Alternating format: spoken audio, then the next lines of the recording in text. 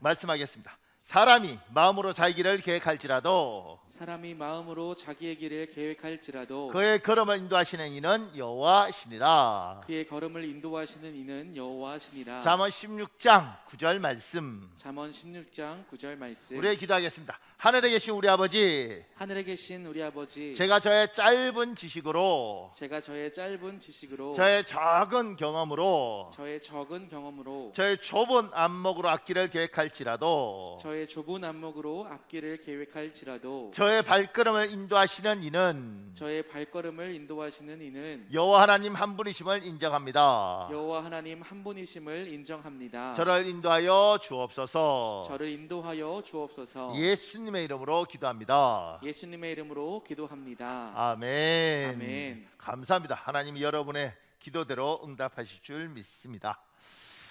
제가 우리의 기도 밑에 이렇게 적었습니다. 추석은 한국 최대의 명절입니다. 여름 농사일을 마친 후에 가을 추수라는 큰 일을 앞두고 조상들에게 제사와 성묘를 지내며 조상들의 도움으로 그 해의 풍년을 기원하는 것이 추석의 본 의미입니다. 과거 조상들이 현재 후손들에게 균융화복으로 삶에 영향을 끼친다는 생각이 추석 풍속에 바탕하고 있습니다. 이제 지금 우리가 추석이잖아요. 이 추석의 개념들을 원래 우리가 전통적으로 잡을 때는 뭐냐면 여름 농사가 끝나고 여름 농사가 끝나는 게 여름에 바쁜 일이 다 끝나고 이제 가을에 추수하기 전에 추수가 잘 돼야 되지 않겠습니까? 태풍 같은 것도 없고 그다음에 곡식도 잘 익어야 되니까. 근데 이걸 이제 조상들에게 도움을 구하는 거죠. 우리의 전통적인 사상은 뭐냐면 조상은 죽으면 그 영혼이 떠다니면서 사람을 괴롭히기도 하고 축복도 한다 이렇게 믿었습니다. 그리고 그 조상들 중에 굉장히 이렇게 하여튼간 능력이 있고 뭐 이런 사람들은 신선이 되는 거죠. 그래서 장자도 신선이 되고 삼천갑자 동방석 이 사람도 신선이 되어 있다고 그래요. 중국에 이렇게 가면 이게 다 이렇게 정리되어 있거든요. 그러니까 우리의 전통적인 사고 구조, 성경적인 게 아니고요. 우리가 추석을 하고 사고 구조는 뭐냐면 조상과 후손과의 관계에서 조상이 도와서 후손을 잘 되게 한다. 뭐 이런 것들이 우리가 가진 거죠. 그래서 조상을 잘 모셔라. 그 다음에 성묘도 해라, 제사도 해라. 그렇게 이야기를 하는 거예요. 이게 우리의 전통적인 사고 방식이고, 그 밑에요. 정통적인 한국적 조상과 후손의 관계에 대한 생각과 다르지만 성경에도 과거 조상들의 삶이 현재 후손들의 삶에 영향을 미친다는 생각은 같습니다. 시편 37편 25절은 의인 자손의 삶에 대하여 언급합니다. 28절은 악인 자손의 삶에 대하여 언급합니다. 우리 시편 37장 25절 28절 제가 추려놓은 게 있는데 여러분 읽으십시오. 시작. 내가 어려서부터 늙을까지 의인이 버림을 당하거나 그의 자손이 걸식함을 보지 못하였도다. 그의 자손이 복을 받는도다. 악인의 자손은 끊어지리로다. 아멘. 지금 우리 조상들은 조상이 죽어서 귀신이 되든 뭐 떠돌아다니는 영혼이 되어서 후손들을 도와준다 이런 개념이고요. 우리 기독교적인 개념은 뭐냐면 우리 영혼은 죽으면 하나님 앞에 가서 천국이든 지옥이든 가고 끝나는 거예요. 근데 전능하신 하나님이 이 아버지, 이 어머니를 보고 이 자식을 어떻게 대우할까에 대한 고민을 하는 거죠. 그래서 여기가 의인이면 이 자식이 하나님 앞에 복을 받고 이가 악인이면 그 자식은 끊어진다가 오늘 이야기예요. 그러니까 여러분과 제가 가지고 있는 사고, 지금의 사고, 나는 내 인생이고 엄마 아빠는 엄마 아빠의 인생이지, 그리고 나는 내 인생이고 내 아들은 내 아들의 인생이지, 이게 왜 우리가 자꾸 엮여? 이렇게 생각하는 것이 지금 구조잖아요. 개인주의, 그 다음에 자기만 생각하는 것, 그리고 이게 왜 엮여 있어? 그러면 안 되잖아. 연자제의가 안 좋은 거잖아. 이게 지금 여러분과 제가 가진 사고예요. 그런데 우리가 그렇게 생각하든 말든 간에 우리는 조상, 우리의 핏줄과 선조도가 다 엮여 있습니다.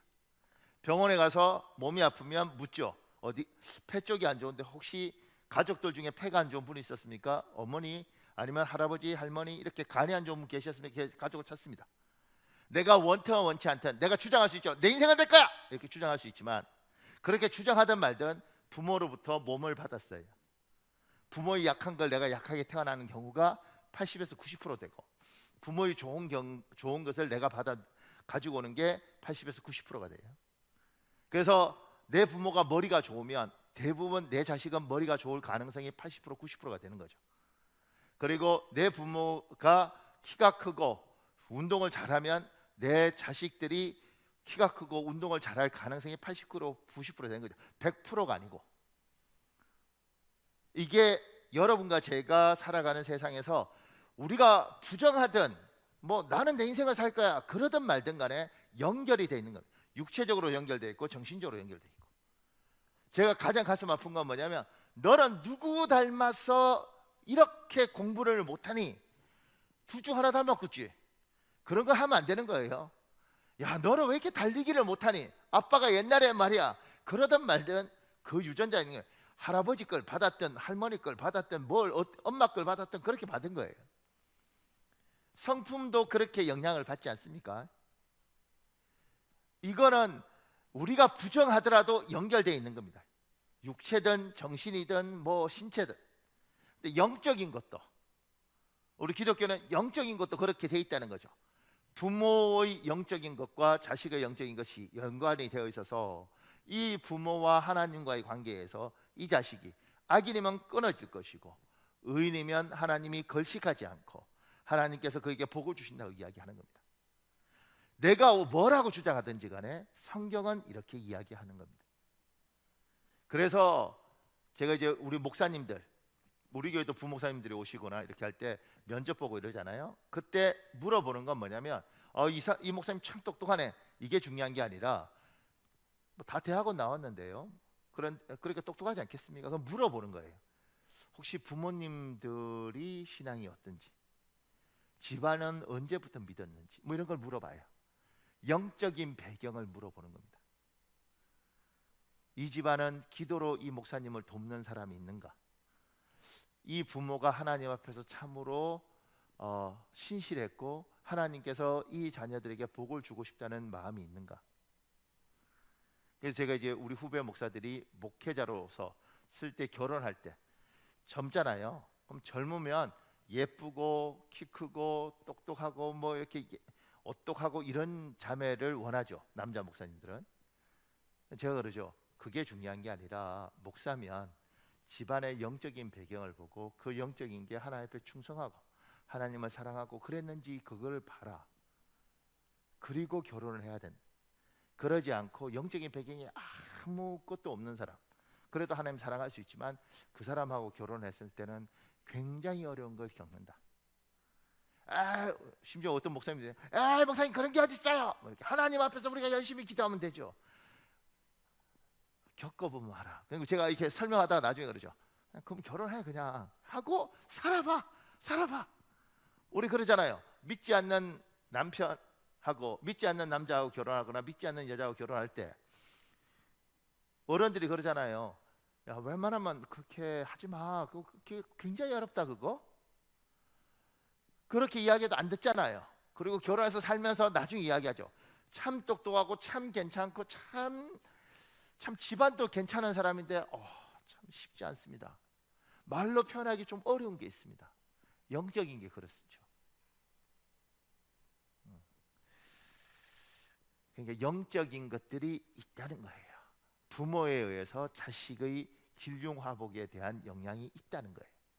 그게 오늘 추석을 맞이하면서 여러분과 제가 조상과 우리의 관계에 대한 고민들을 하려고 하는 이야기입니다. 그 밑에요. 누가 의인인가? 의인의 자식은 걸식하지 않고 의인의 자식은 복을 받는데 누가 의인인가? 성경에서 말하는 의인이란 세상의 기준처럼 윤리적으로 한 점 실수도 하지 않고 삶이 완전 무결한 사람을 말하지 않습니다. 성경이 말하는 의인은 의미가 깊고 광범위합니다. 그래서 시편 37편에서 묘사하는 의인의 의미에서만 한정해서 살펴보겠습니다. 세상의 의인은 뭐냐면 털어서 먼지 하나 안 나와야 의인이에요. 그러니까 지금 대통령 후보들 한번 보십시오. 대통령 후보 올라간 사람마다 텁니다. 그러면 먼지가 나오면 그 먼지를 보고 뭐라 그래요? 나쁜 사람 이렇게 이야기하는 거예요. 그러니까 대한민국에서 대통령이 되려면 장관이 되려면 털어서 먼지 하나 안 나오는 깨끗한 사람, 의인이 필요한 거죠. 그런 사람이 어디 있냐고. 그런데 하여튼간 털면 먼지가 나와요. 세상의 의인은 그런 겁니다. 그 의롭고 정의로운 기준을 가지고 맞추니 이 땅에서 만족할 만한 사람이 없는 거죠. 저도 그 기준에 놓고 털어놓으면 저도 문제 많을걸요. 여러분이 그런 눈빛으로 오는데 여러분도 한번 털어볼까요? 생각보다 문제 많습니다. 우리가 뭐 도둑질하고 뭐 굉장히 나쁜 짓 하는 건 아니지만 털어보면 우리 문제 많죠. 성경에서 의인은 그런 의인은 아닙니다. 그런데 누군가는 또 이렇게 말해요. 우리가 조직신학적이라고 이야기하는데 조직신학적으로 의인, 예수 믿는 사람은 의인이고 예수 안 믿는 사람은 의인이 아닙니다. 이렇게 이야기해요. 이게 틀린 말은 아닌데 그렇게만 단순하게 이야기하면 안 됩니다. 성경은 전체를 볼 필요가 있고 전체 중에 구약은 구약대로 신약은 신약대로 신약에서도 마태복음 마태복음대로 누가복음 누가복음대로 이렇게 보는 게 있어요. 그것처럼 지금은 시편 37편의 의인이 뭐냐는 거지. 예수 믿는 사람은 의인이지 예수 안 믿으면 죄인이고 그 이야기도 맞는데 그 이야기 말고 지금 오늘 시편 37편에서 의인의 후손들은 걸식하지 않고 복을 받는다 그러고 그 악인들의 자손들은 끊어진다 그러는데 그러면 성경 요 시편 37편에서 말하는 의인은 뭐냐는 거죠. 지금 오늘 그걸 보려고 그러는 거예요. 시편 37편 26절 쉬운 성경 여러분 읽어보십시오. 시작. 의로운 사람은 언제나 넉넉하여 다른 사람에게 나눠주기를 좋아합니다.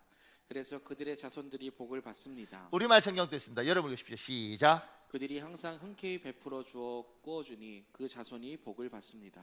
작은 1번에요. 의인은 인색하지 않습니다. 내 이웃에게 나눠주기를 좋아합니다. 목사님 의인은 예수 믿는 사람 아닌가요? 누가 아니래. 근데 예수 믿는데 인색하고 예수 믿는데 야박하면 성경 오늘 본문에서는 의인이 아니래. 성경은 다 믿어야 되는 거 아니에요? 모든 게 하나님 말씀이니까. 예수 믿으면 의인 아니에요? 예수 믿는데 사람이 참 야박하고 나눠주는 걸 좋아하지 않고 베푸는 것들에 굉장히 인색해. 그럼 오늘 성경은 그러죠. 그거 의인 아니야. 그 밑에요. 작은 1번에요. 어쩌다 나누거나 간혹 나누는 것이 아닙니다. 언제나 항상 이웃과 나눕니다. 그 밑에 작은 1번에 야박한 마음이 아니라 흔쾌히 넉넉한 마음으로 이웃과 나눕니다. 처음에는 어려울 수 있습니다. 그러나 이것이 그리스도인의 운명이라는 것을 깨닫는 순간 자연스럽게 됩니다. 이 말은 뭐냐면 여러분과 제가 예수를 믿을 때 우리는 예수 믿는다고 결단한 사람들 아닙니까? 그때 하나 더 결단하는 게 주고 산다. 우리는 뭐 받을 수도 있겠지만 기본적으로 사고가 뭐냐면 주고 산다. 나누고 산다. 힘들어도 기쁘게 흔쾌히 즐겁게 나눈다. 이게 내 팔자고 이게 내 운명이다. 나는 주고 사는 인생이다. 목사님 진짜 그렇게 이야기했으면 예수 안 믿었죠. 이렇게 할 수 있지. 주고 산다. 우리 이런 말 합니다. 우리 목사들끼리 모여서도 제가 화가 많이 날 때 그러죠. 저 목사는 거지 건성이 있는가 봐. 이렇게. 왜냐하면 어렵고 가난하죠. 뭐 개척교회 하고 뭐 성도 20명 데리고 목회하는 분들이 얼마나 어렵고 힘들겠어요. 그래서 자꾸 얻어요. 근데 이렇게 이야기하는 거죠. 목사가 됐으면 주고 살아라. 없어도 최소한 마음은 주려고 발부둥을 쳐야지 목사지. 어떻게 받을 생각만 하느냐. 어려워서 한 번 받고 두 번 받다 보니까 몸에 배어서 당연히 받을 생각만 하는데 주고 살아라. 주겠다고 작정하면 물건만 주는 게 아니라 줄 게 생각보다 많다. 여러분이 예수 믿는 사람이면 오늘 의인들은 주고 사는 겁니다. 난 주고 살 거다. 나눠주고 살 거다. 베풀고 살 거다. 있고 없고는 그 다음 문제고 일단 내 마음의 자세는 주고 산다. 그 밑에 작은 3번에요. 나눌 때는 먼 이웃이 아니라 가장 가까운 이웃부터 나누어야 합니다. 가장 가까운 이웃이 누구인가 인식하는 것은 아주 중요합니다. 주고 사는데 누구부터 주느냐면 우린 가까운 이웃부터 주잖아요. 가까운 이웃을 돕고 이웃을 돕는 사람인데 이 이웃이 누구냐면 내 바로 옆에 있는 사람부터예요. 그럼 내 바로 옆에 있는 사람은 내 아내이고 내 남편이고 그리고 내 아이고 그리고 여기를 도우면서 친척으로 가고 그 다음에 교인들로 가고 옆으로 가는 겁니다. 지금 젊은이들은 뭐 다 그런 건 아니겠지만 지금 젊은이들 대부분 뭐냐면 우리 애, 내 새끼, 내 집 이것밖에 없는 거예요. 이렇게 남을 돕겠다는 개념이 아니고 그냥 내 것밖에 없는 거예요. 우리는 지금 내 것밖에 없다 이 이야기를 하는 게 아니고 한 개인 예수를 하나님을 신뢰하는 사람으로서 나는 베풀고 산다. 누굴 베풀 건가? 우리는 이웃을 내 몸같이 사랑하라 그러잖아요. 우리 계명이 두 개잖아요. 하나님을 사랑하고 이웃을 내 몸같이 사랑하지. 이 이웃이 누구인가? 나 빼놓고는 다 이웃이란 말이에요. 근데 내 아내가 내 남편이 가장 가까운 이웃인 거죠. 여기 돕고 그 다음에 내 자식 그리고 내 친척 그리고 내 옆에 있는 교인 이렇게 넓혀가는 거예요. 여기부터 돕는 여기부터. 옛날에 목사님들 자녀들 중에 아주 그냥 교회고 목사고 뭐 하나님이고 지금 막 너무 힘들어하는 애들이 있어요. 왜 목사님 애들이 저러지? 그런데 유명한 목사님 애들도 그런 애들이 있어요. 왜 그러냐면 아버지가 항상 바깥을 돕는 거예요. 목사니까 그러겠지 않습니까? 성도 돕는다, 이웃 돕는다 이렇게 하고 애들 거 다 뺏어 주고 애들 오죠. 아버지 우리는 여보 우리는 니들이 중요해? 이웃을 챙기지 않으니 이 이웃이 등을 돌리는 겁니다. 이해는 해. 참 훌륭하구나. 근데 나한테는 안 훌륭해. 우리 엄마 참 괜찮아. 그런데 나는 저 엄마하고 사는 게 힘들어. 왜냐하면 저 엄마는 나를 챙기는 게 아니고 남을 챙겨. 우리 남편 참 괜찮아. 세상의 호인이야. 모든 사람이 우리 남편 괜찮대. 나는 안 괜찮아. 왜냐하면 나는 안 챙겨. 그래서 우리 남편은 다른 여자들만 챙겨. 가장 기준이 뭐냐면 우리는 베풀고 산다, 기쁜 마음으로 나누고 산다. 예수 믿는 우리는 우리 인생은 나누고는 인생이다. 언제부터 어디부터 나누냐? 바로 옆에부터. 가까운 이웃. 이웃이 누군가? 내 아내도 이웃이에요. 내 남편도 이웃이고 내 자식도 이웃이고 내 부모도 이웃이고 이 이웃부터 돕기 시작하는 거예요. 제가 처음 섬겼던 목사님은 그 교회는 한국 교회를 위해서 도움이 돼야 된다고 목사님이 생각하셨어요. 교회도 생각했어요. 그래서 바깥에 뭐 있으면 100만 원씩 막 후원하는 거죠. 이렇게 뭐 기독교 무슨 뭐 부활절 연합예배 뭐 이렇게 하는 거예요. 근데 목사님이 그렇게 하니까 문제가 뭐냐면 자원은 한정이 있고 바깥에 너무 많이 가잖아요. 그러니까 교회가 살림을 줄여야 되니까 점심도 야박하게 나오고 주일학교도 야박하게 하고 청년부한테도 야박하게 하고 사역자 사례비도 야박하게 하는 거예요. 그러니까 바깥에는 다 목사님 칭찬해. 왜냐면 돈 잘 주니까. 우리가 그러죠. 목사님 저기 말고 우리는 너무 힘들어요. 아 복음을 위해서. 복음 누가 뭐래?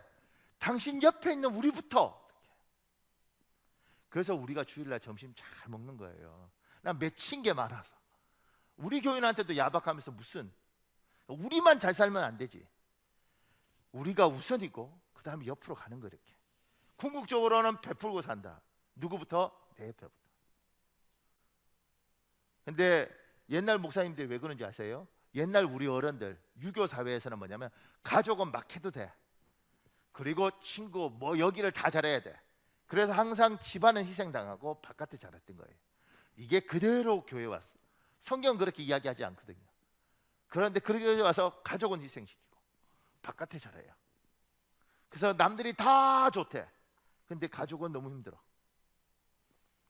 그래서 아버지가 믿는 하나님, 엄마가 믿는 하나님이 싫은 거야. 우리는 누구부터 하느냐면 여기부터 챙기는 거야. 가장 가까운 이웃부터. 우리 인생은 주고 산다, 나누고 산다. 누구부터? 바로 내 옆에부터. 그 밑에 4번에요. 꾸어오거나 빌려오면서까지 나눌 필요는 없습니다. 하나님 우리 그런 만큼 요구하십니다. 하나님이 나에게 주신 분봉만큼 나누면 됩니다.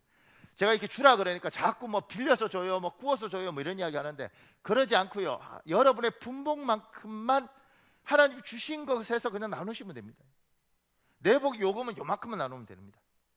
제가 총각일 때 제 친구 목사가 아니죠. 제 친구 그 당시 청년회장이었는데 그 청년회장이 저한테 사업을 한다고 300만 원인가 빌렸어요. 그리고 지금 25년째 안 갚고 있죠. 근데 우리는 사이가 괜찮습니다. 왜 괜찮냐면 그 친구가 300만 원 빌려달라 그럴 때 저는 내가 감당할 수 있는 목이었기 때문에 빌려줬지만 마음은 줬어요. 그러니까 뭐 이렇게 준다 이런 개념이 아니고 이걸 잃어버려도 나는 이 사람을 잃어버리지 않겠다. 감당할 수 있는 만큼 빌려준 거죠.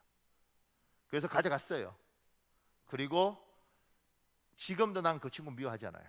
놀라운 건 근데 그 나쁜 놈이 연락을 안 합니다. 연락을 해야지.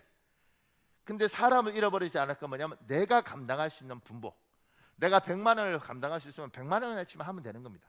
그거 때문에 사람 잃어버리지 않을 수 있으면 그만큼만 빌려서 남한테 꼬아서 그렇게 막 하지 말라는 거지. 내가 상해가면서 내가 막 이렇게 고통스러워하면서 기쁨 없이 하지 말라는 거지. 내가 할 수 있는 만큼 하는 거예요.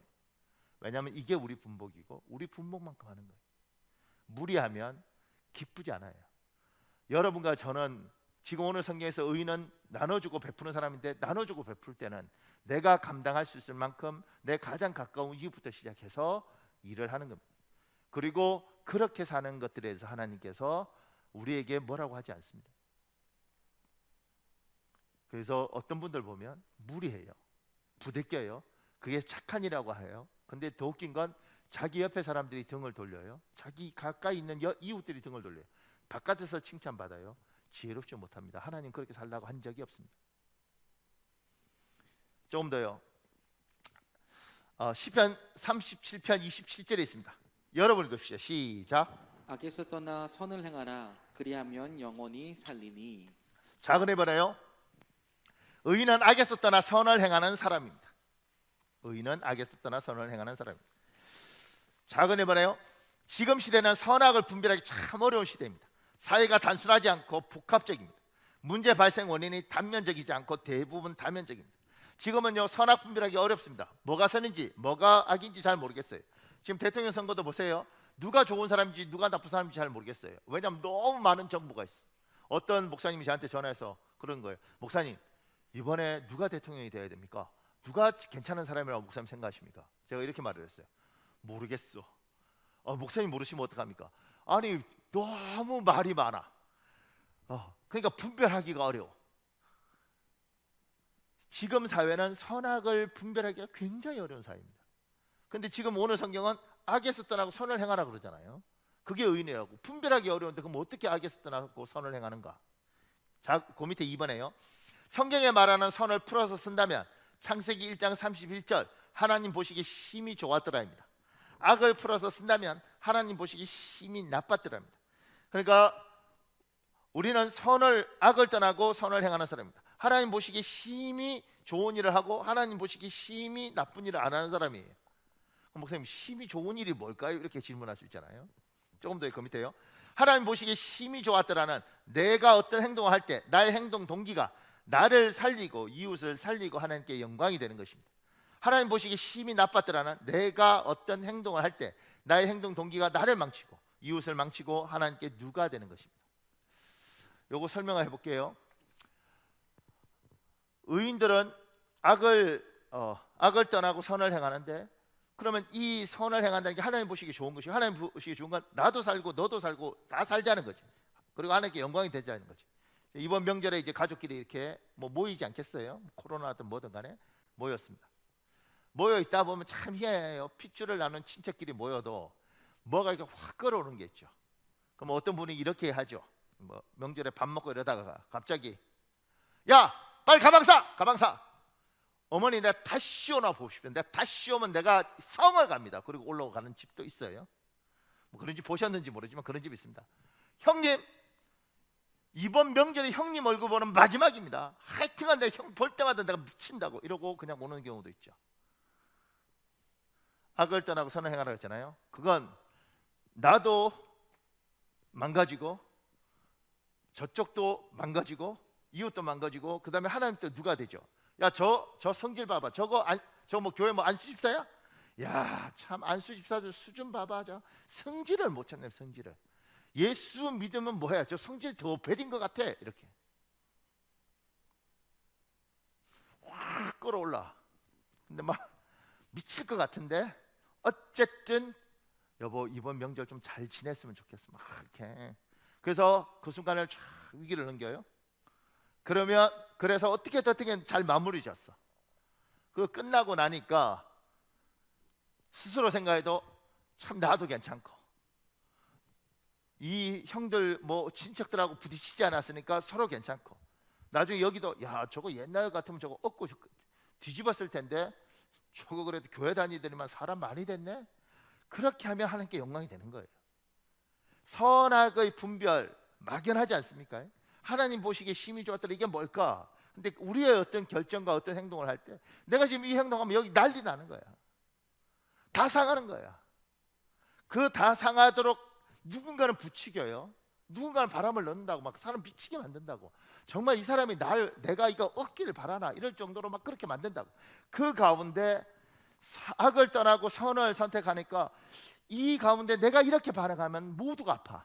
그래서 나를 인내하고 기도하면서 이 고비를 잘 넘어서 어쨌든 명절을 잘 끝내는 거예요. 끝내고 나면 내 아내가 또는 내 남편이 그러죠. 당신 많이 변했어. 많이 마음 아팠을 텐데 잘 견디네. 참 하나님 살아있는 있긴 있는가 봐. 이런 이야기들을 듣는 거죠. 올 명절에 여러분이 악을 떠나고 성을 행하는 건지 아니면 선을 떠나서 악을 행하는지 한번 보십시오. 쉽지 않습니다. 쉽지 않습니다. 불지르는 사람 있죠. 그리고 항상 가장 아픈 데를 쳐요. 이건 제발 좀 건드리지 마. 나 딴 건 다 참겠는데 여기 건드리는 순간 나 폭발한다고. 제발 하지 말라고. 그런데 여기를 탁 쳐. 그때 알아야죠. 내가 악을 떠나고 선을 행하려고 몸부림을 치는 사람인지 아닌지, 내가 의인인지 아닌지. 조금 더요. 그 밑에 시편 37편 28절에 있습니다. 여러분 읽으십시오. 시작. 여호와께서 정의를 사랑하시고 그의 성도를 버리지 아니하심이로다. 그들은 영원히 보호를 받으나 악인의 자손은 끊어지리로다. 공동 번역은 이렇게 되어 있습니다. 여러분 읽으십시오. 시작. 야훼께서는 정의를 사랑하시고 당신께 충성하는 사람을 버리지 아니하신다. 그러나 악하게 사는 자는 영원히 멸망하며 악인들은 그 자손이 끊기리라. 지금 여기는 하나님은 정의를 사랑하고 자기에게 충성하는 사람을 버리지 아니하신다고 이야기를 해요. 작은 산문에요. 의인은 정의를 사랑하는 사람입니다. 의인이 정의를 사랑하는 것은 하나님이 정의를 사랑하기 때문입니다. 그 밑에요. 작은 1번에요. 사람이 모여있는 공동체는 반드시 정의가 수반되어야 지속 가능합니다. 정의가 무너지면 그 사회는 무너집니다. 그 밑에요. 사람이 정의롭지 못하기 때문에 정의만 강요하는 사회는 메마른 사회입니다. 사람은 털면 먼지가 나옵니다. 어쩔 수가 없어요. 그러니까 정의만 강요하면 살아남을 수가 없는 거죠. 그 밑에 작은 3번에요. 하나님의 정의에는 항상 하나님의 긍휼이 함께 하십니다. 정의를 집행해요. 그런데 그 정의 속에서 인간에 대한 배려와 긍휼이 있는 겁니다. 잘못했죠? 그럼 벌을 받아야죠. 그 벌을 처벌할 때 긍휼을 베풀고 인자를 베푸는 거죠. 이 사회는, 지금 한국 사회는 여러분은 어떻게 판단할지 모르지만 우리 사회는 정의롭지 않다고 생각하는 사람들이 너무 많습니다. 사회가 정의롭지인지 아닌지는 다른 이야기고, 한국 사회에 있는 많은 사람들이 이 사회가 정의롭지 않다고 생각합니다. 그래서 너무너무 고통스럽게 살고 있습니다. 그때 하나님 우리에게 이야기하시는 거죠. 얘야, 너는 정의로워. 그래서 정의만 막 칼들면 털어서 먼지 안 나오는 사람이 없기 때문에 정의의 칼로 모두를 터니까 살 사람이 없는 거죠. 그때 하나님의 사람들은 뭐냐면 바른 말을 하지만 그 속에서 긍휼을 베푸는 겁니다. 저건 잘못됐으니까 저 부분에서는 저분이 책임져야 돼. 그런데 저게 가슴 아픈 건 저 부분이 그래도 사람은 연약한 부분이 있지 않아? 그래서 저건 우리가 저기는 내려왔지만 그래도 우리가 미워하면 안 될 것 같아. 이러면서 그 굉장히 쉽지 않은 주제인데 이 부분에서 하나님 우리에게 요구하시는 거죠. 그래서 하나님의 사람에게 하나님은 의인은 정의롭다. 그 밑에 작은 4번에요. 의인은 하나님께 충성하는 사람입니다. 충성은 충성하는 대상에게 집중하는 것입니다. 우선순위를 거기에 두는 것입니다. 그래서 하나님께 충성하는 사람은 하나님께 우선순위를 둡니다. 하나님께 집중합니다. 그리고 하나님과 하나님 영광을 위해서 기쁘게 헌신합니다. 하나님의 사람은 충성입니다. 그러니까 충성한지 아닌지를 어떻게 아느냐면요, 여기 제가 우선순위 집중을 뒀잖아요. 그래서 저희도 잘 모르죠. 저 집사님은 기도도 하고 저 집사님은 참 괜찮은 것 같아요. 참 저분은 귀하다.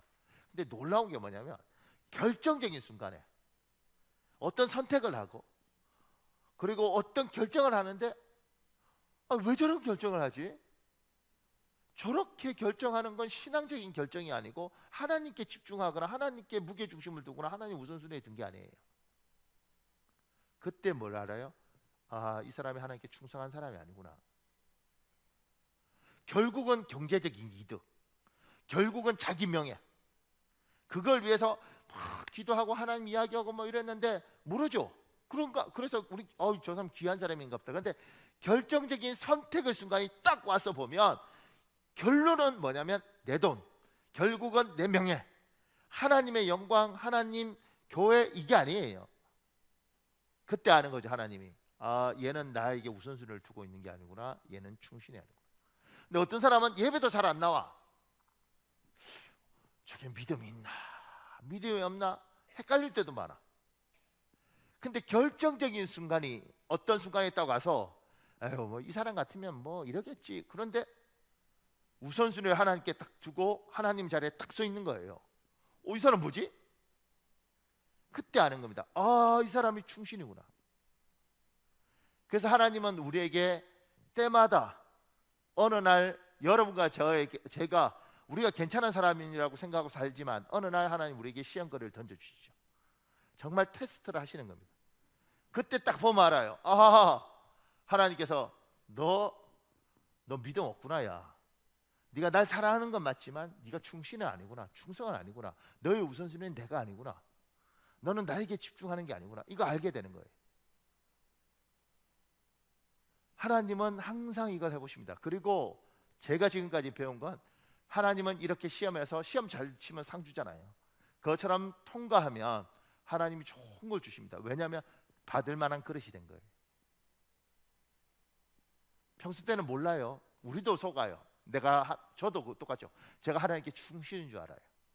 근데 결정적인 어떤 일이 있을 때 선택할 때 그 속에서 내가 이렇게 하면 하나님 앞에 좋지만 내가 너무 피곤하고 이렇게 하면 난 유익한데 이게 하나님은 이걸 예뻐하지 않을 것 같은데 그럼 나는 뭘 선택하나? 결정되는 거죠. 하나님이 좋으면 이걸 선택할 것이고 내가 더 중요하면 이걸 선택할 것이고. 의인, 하나님께 우선순위를 두는 사람, 충신, 그분께 집중하는 사람. 오늘 시편 37편은 이렇게 나와 있는데요. 5번 제가 이렇게 적었어요. 시편 37편에 나오지는 않지만 의인은 기도하는 사람입니다. 기도하는 사람이 의인은 아니지만 의인은 기도합니다. 기도는 자기의 수단과 방법보다 하나님의 수단과 방법을 우선순위에 두는 행위입니다. 기도는 자기 자신보다 하나님을 의지하는 모습의 한 행태입니다. 시편 37편에는 안 나오지만 오늘 읽었던 본문에는 안 나오지만 의인은 기도하는 사람입니다. 기도하는 사람이 의인은 아니에요. 왜냐하면 기도 많이 하는데 오늘 보면 야박하고 오늘 하는 거 보면 나도 망가뜨리고 저쪽도 망가뜨리더라도 막 서로 망가지자 그러고 정의롭지도 않고 이런 사람도 있잖아요. 그런데 의인은 반드시 기도합니다. 하나님보다 앞서가지 않기 위해서, 그 다음에 하나님의 뜻보다 먼저 서지 않기 위해서. 이제 질문할 수 있죠. 목사님, 여러분은 예수를 믿어요. 근데 오늘 성경에 말하는 의인인가? 나는 이렇게 살고 있는가? 오늘 이렇게 사는 의인의 자손들이 복을 받는다고 이야기를 해요. 예수 믿는 사람이 복을 받는다고 이야기를 오늘 하는 게 아니고 오늘 성경은 그렇게 이야기하는 거예요. 나는 어떻게 살고 있는가? 그 밑에요. 하나님의 의인의 자손은 어떻게 대우하는가? 시편 25편 12절 13절에 있습니다. 쉬운 성경 여러분 읽으십시오. 시작. 여호와를 섬기며 따르는 사람이 누구입니까? 주님께서 그에게 가장 좋은 길을 가르쳐 주실 것입니다. 여호와는 그 사람이 번성하고 그의 자손들이 땅을 물려받도록 하실 것입니다. 이스라엘 사람들은 영원히 가는 건 땅이에요. 이 땅에서 자기의 땅, 자기의 평생 어떤 위치를 하나님 주시는 겁니다. 하나님이 여호와를 섬기고 충성하는 사람에게 이 땅에서 넉넉하게 자기의 것들을 가질 수 있도록 하나님 허락하시는 거죠. 그 밑에 신명기 5장 10절에 있습니다. 여러분 읽으십시오. 시작. 나를 사랑하고 내 계명을 지키는 자에게는 천대까지 은혜를 베푸느니라. 현대 성경도 있습니다. 여러분 읽으십시오. 시작. 그러나 나를 사랑하고 나의 계명을 지키는 자에게는 내가 수천대에 이르기까지 그의 후손들에게도 변함없이 사랑을 베풀어 주겠다. 의인의 후손에게 하나님이 복을 주셨어요. 어떻게 하느냐 하면 작은 1번에요. 하나님은 그들의 하나님이 되어 주십니다. 2번에요. 하나님은 그들에게 다방면의 복을 주십니다. 예를 들면 영적으로, 정신적으로, 물질적으로, 가정적으로, 사회적으로 등등 복을 주십니다. 하나님이 약속했던 대로 하나님의 자손들, 의인의 후손들에게 복을 주십니다. 그러면서 제가 3번에요. 미국의 대표적인 예, 조나단 에드워즈와 그의 후손들.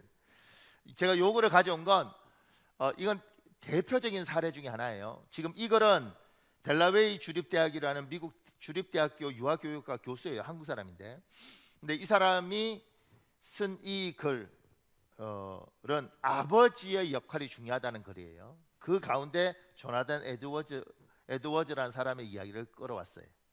그리고 이 이야기는 미국에서는 굉장히 유명합니다. 왜냐하면 조나단 에드워즈는 미국의 그 유명한 예일대학교 총장을 지냈던 사람이에요. 목사님이고, 그러니까 대표적으로 미국에서 의인이죠. 미국에서 회개를 요구하고 1700년대에, 그리고 기도를 요구하고 미국인들에게 뭐 금주 이런 것도 요구하고 이랬던 사람이거든요. 근데 이제 그의 후손들에 관한 추적들, 그걸 통해서 뭘 이야기하느냐면 의인들, 하나님 앞에 바로 서려고 몸부림쳤던 의인의 후손들이 어떻게 살아가는가, 이건 데이터가 있는 이야기입니다. 그래서 어떤 분들은 이걸 보고 이렇게도 하더라고요. 이렇게 부정적인 사람들은, 목사님 그러면 뭐 이렇게 총장 되고 뭐 대학 교수 되고 뭐 이렇게 하는 게 복을 받는 겁니까? 제가 이렇게 묻고 싶어요. 그럼 안 되는 게 복을 받는 거니?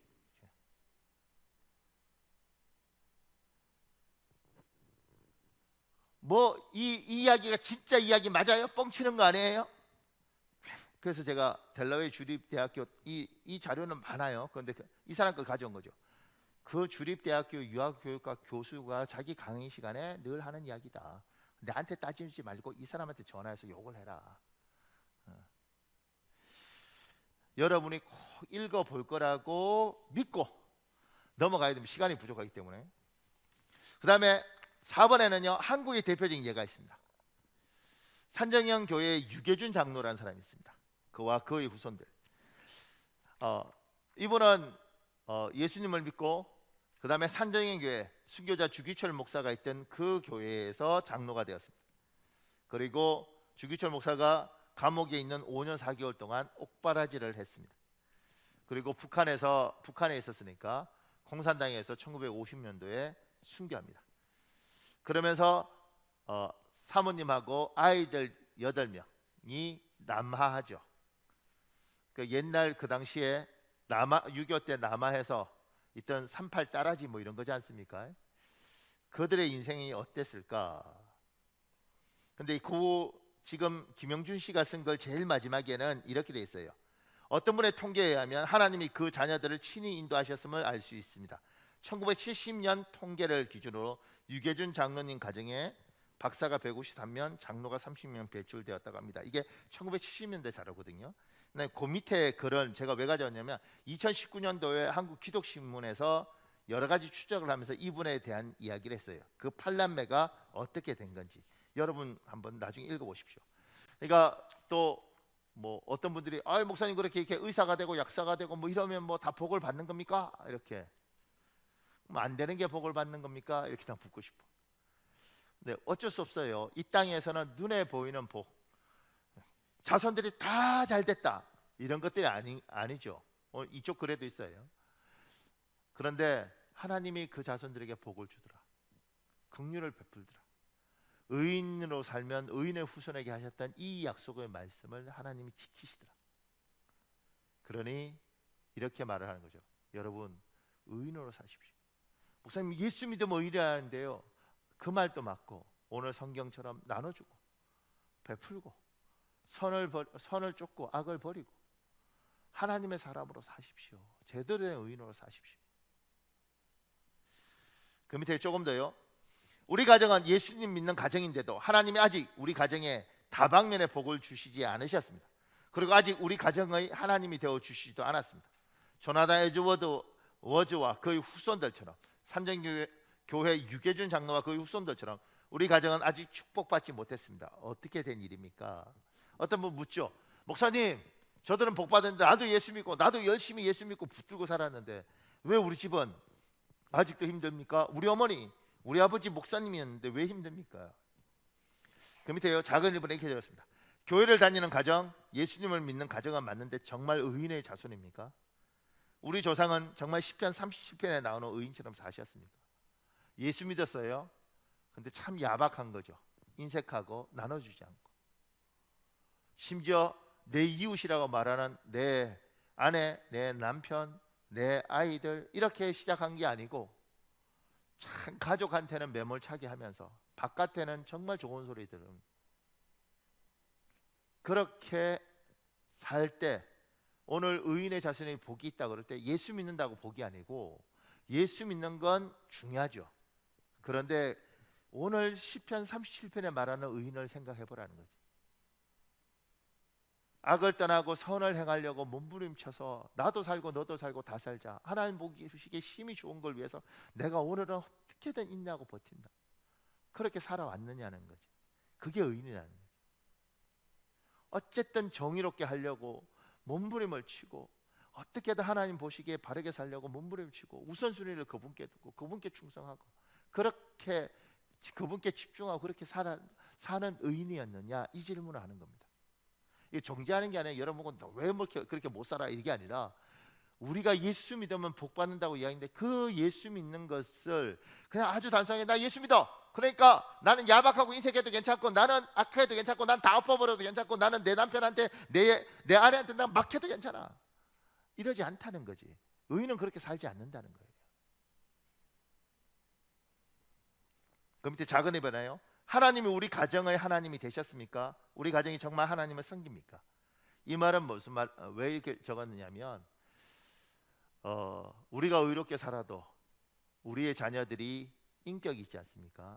이 아이들이 고등학교를 거치고 청년이 되면서 스스로 하나님을 믿어야 될지 말아야 될지 갈등합니다.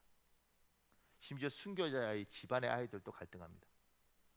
그때 그 아이들이 때로는 방황하고 때로는 헤매죠. 그때 하나님이 그들을 만나 주실 때까지 그 기한의 인내와 고통과 애들이 힘들어하는 그 기한이 있다는 겁니다.